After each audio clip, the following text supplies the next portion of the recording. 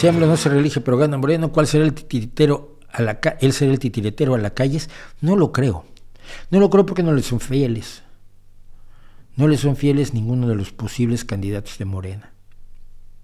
Le son fieles hoy. Sí, en el momento en que ganen las elecciones se les quita. Como pasaba en el PRI. Todo presidente del PRI trató de manipular a su heredero. Y a todo presidente se le volteó el heredero en cuanto tomó posesión del cargo. Hay una extraordinaria exalogía de novelas que cuenta esta historia de cómo se transmitía el poder en el PRI, que se llama La costumbre del poder, de Luis Espota. Y aunque podría parecer una antigualla porque cuenta cómo hacía las cosas el PRI, si ustedes la leen y leen cómo se hacía la política en esos tiempos, en los años 70, 60, 70, 80, que son los que ocupa pues Luis Espota en la publicación de estos 6 libros, de la exalogía de la costumbre del poder. Si ustedes lo leen, ahí está pintado el entorno de López Obrador, pero vamos, de cuerpo entero y en pose guapa. Es increíble.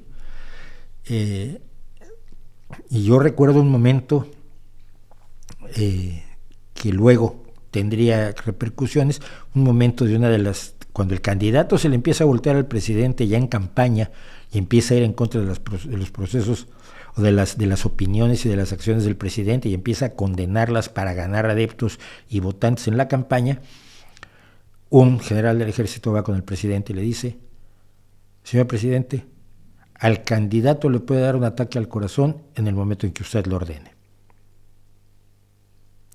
Ahí arriba se juega por todas las canicas, simplemente hay que tenerlo siempre presente, y los que somos ingenuos, porque yo lo soy en esos terrenos, nos asombramos de cómo se hace la política municipal. Yo estoy cerca de la política municipal de aquí, de donde vivo, milito en el partido, hago cosas para... me piden que dé una charla, que haga una conferencia, que me entere yo, me piden que escriba cosas a veces sobre lo que está ocurriendo, los conflictos que tiene o los logros que tiene el gobierno municipal, y cómo se juega el poder detrás. Tiene unos vericuetos que no son para sensibilidades poéticas como la de un servidor. Léanlo, les recomiendo muchísimo eso.